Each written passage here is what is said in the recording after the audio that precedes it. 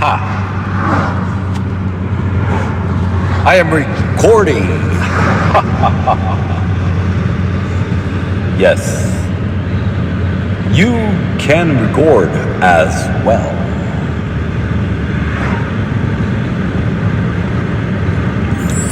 You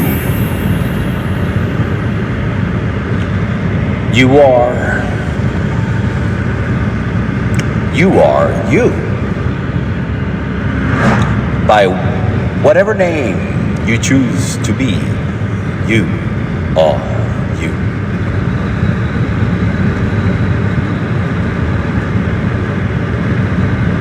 Any combination of letters, numbers, or otherwise, you are you. No one has been able and will be able to take that away from you, because you have had it possibly before the moment of conception. Possibly. That's up to you to decide. But that's besides the point. The point is, you are you. And you've always been. And you will always be.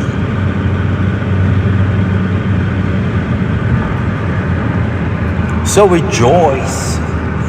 Rejoice. Celebrate. Jubilate that you are you. And no one in the entire universe is exactly like you. No one. Not one single combination of matter.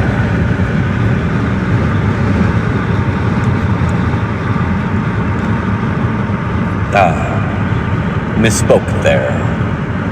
Part of you is so far by science unmeasured or properly measurable, and we're talking about the spirit, the being of just being, that sense that unites every cell to each other to produce more cells. We all have that in common. From the moment that an egg and a sperm collide in an act of unity, from that moment begins the possibility of chance that you will become.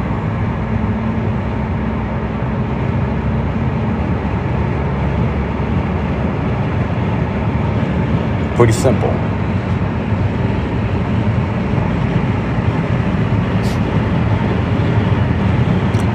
Not to go all esoteric here, but I was wondering, are you still you before conception? Is your spirit in existence before conception? Because if it wasn't, then one could state that every conception across all of biology, every conception could be the creation of a new spirit of consciousness. Spirit of consciousness. Spirit of consciousness.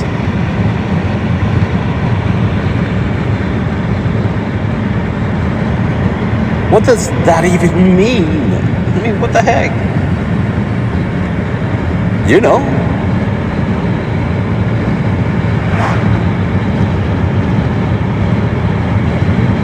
unfortunately, because it is unmeasurable due to so many variables that we have chosen to call it 0.00 repeating 1%. Which means it's up to you to choose how many repeatings that zero becomes. How close are you to being absolute zero? To being a 0.00 repeating 1% chance of being alive. And what does that even mean? What does that mean? That you are here in this instance, moment, place.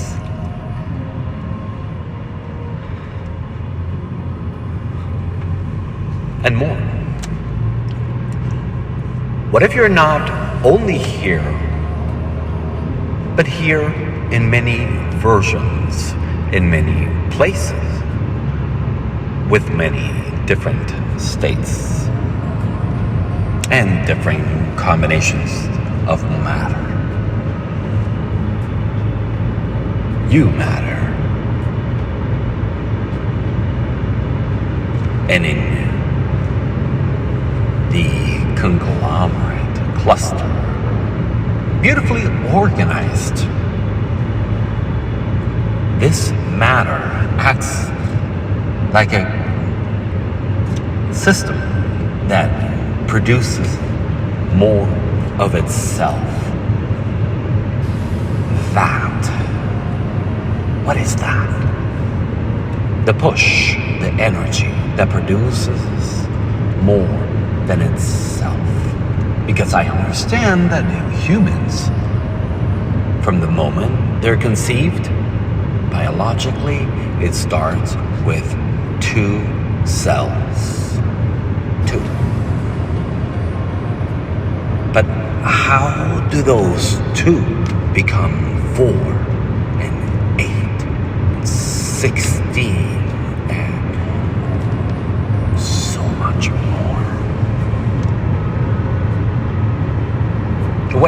What is that push that moves life forward?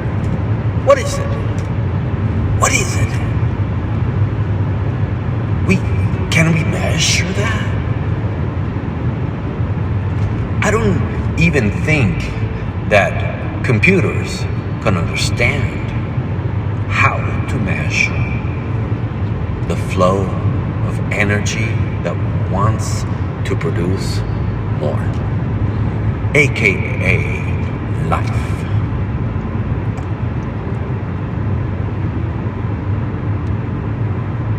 Computers and intelligent systems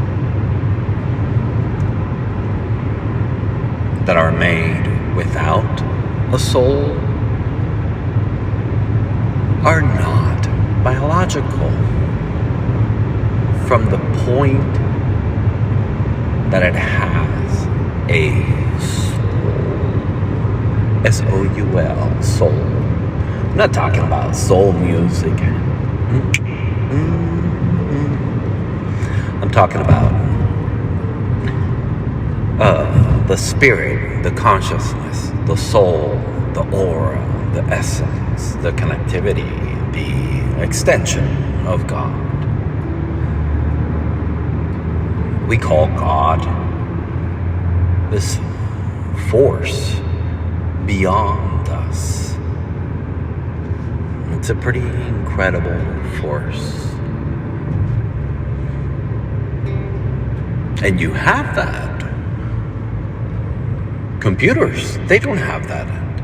They have the mathematical process that can create more of itself, act as if it was a biological being, but it's not, as it lacks the spirit.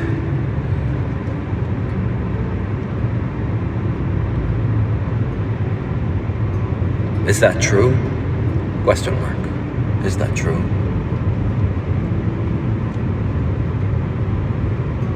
Is it true that humans exist with a soul, a spirit, a conscious energy that you can sometimes see in people when you look at them deep in their eyes? And it's been in our literature throughout history.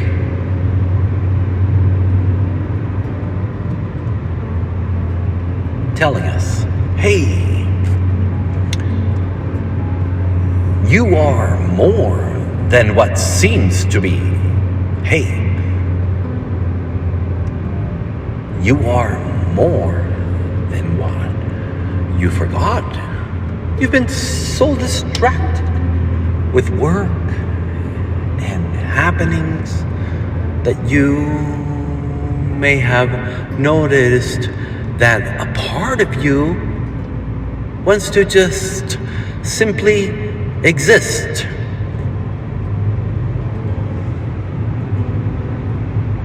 True that? True that? A part of you yearns to continue existing.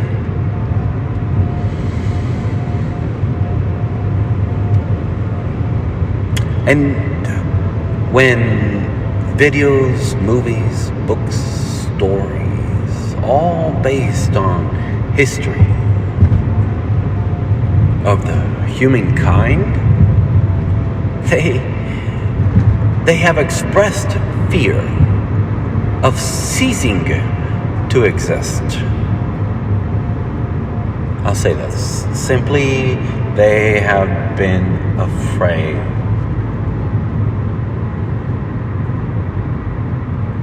to live one very last moment. It's like the last chance. Your breath, your last breath is 0.00 repeating 1% of the conglomerate of breaths you have taken throughout your life, starting with the first one. Do you remember your first breath? Most of us don't. Most of us don't.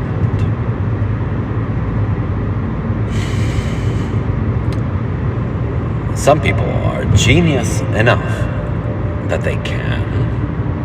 I would say Sheldon Cooper is probably the kind of kid who would remember his first breath.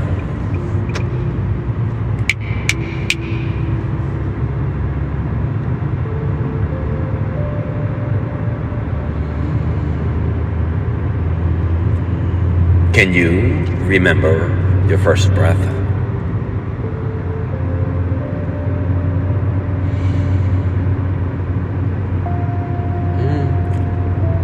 I probably could. It's lodged in somewhere in my existence. All I have to do is unlock that memory. There we go, baby. Let's have it a go.